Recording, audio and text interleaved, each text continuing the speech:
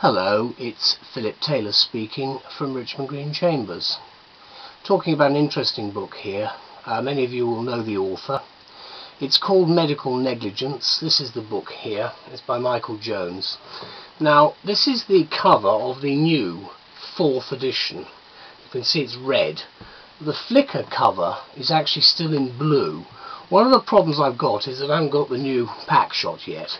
But obviously the review is on Flickr and elsewhere.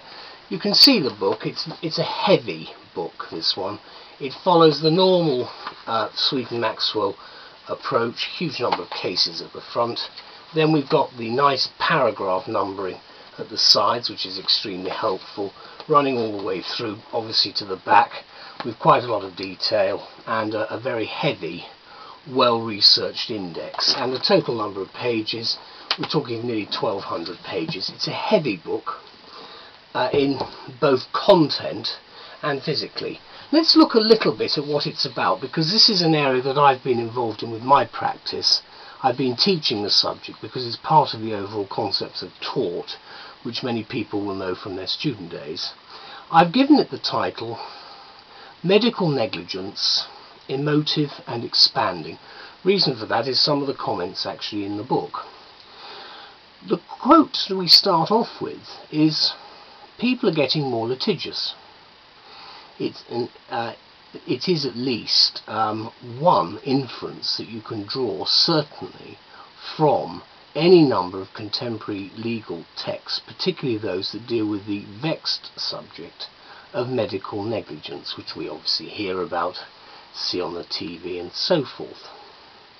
And of course it's simple, but an all-encompassing title here that Michael Jones has given for the book.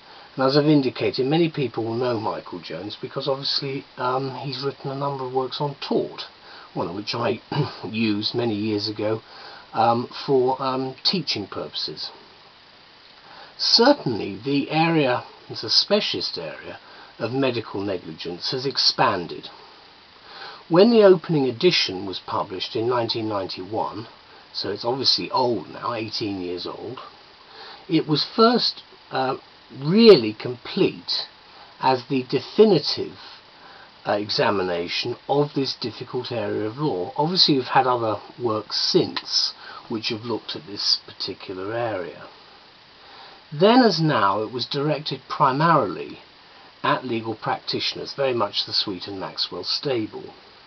Though I would hope, says Jones, that it will also make the law of medical negligence accessible to non-lawyers. And that, of course, is the key, because a lot of non-lawyers need to know about this information. So there's an excellent glossary, which I'll mention again later. He says, I think lawyer and layman alike, and I agree with this, would agree that in this aim he's amply succeeded here, and that's obviously what his intention was. The book's primary concern, therefore, with the tort of negligence applied in the specific context of the provision of health care, and Jones adds that he's sought to deal with all aspects of professional liability, with many arising out of medical treatment. It's got 13 chapters and 2 useful appendices, which are not too long, but as I say, it's a heavy book and very detailed. With the advent of the groundbreaking 1st edition, Jones points out that although the book, in line with the subject matter, has expanded in length, the table of cases is now actually over 80 pages long. It maintains the same basic structure, which will be familiar, of course, to practitioners who over the past decade and a half have depended on this reliable, exhaustive and eminently readable guide to this complex subject.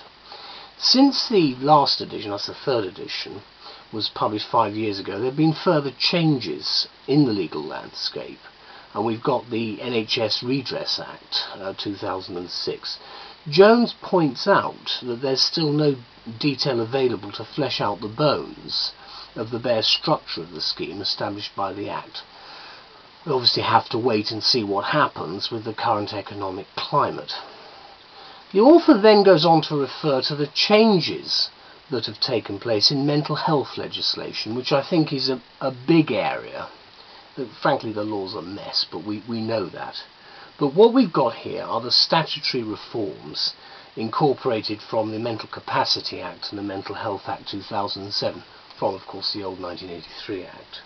And it makes some significant changes to that 83 Act, not least, as the author mentions, in abolishing the various categories of mental disorder, amending the rules on ECT treatment, and introducing a new regime of treatment for community patients. And obviously, without going into detail, there's quite a large change that's obviously been referred to. So these and other emerging issues are thoroughly dealt with by Jones, including specific areas such as consent to medical treatment. Always an important thing for a doctor, as any of you know who've been to hospital, including also things like defective products, confidentiality and the liability of hospitals. Also covered are things like defences, limitation periods, and of course current case law and applicable legislation. So, as I mentioned before, right at the back, the glossary is detailed and very helpful. It's always something we as barristers need, and it helps with the medical terms that are obviously referred to. What you've got in addition to that is a text of pre-action protocol and the resolution of clinical disputes, which is also covered.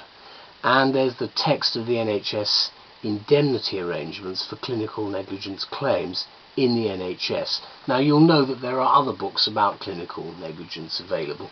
This is one of many, and it's eminently readable. As I say, if you've grown up with Jones, you'll probably find that you're quite at home with the way that he writes things.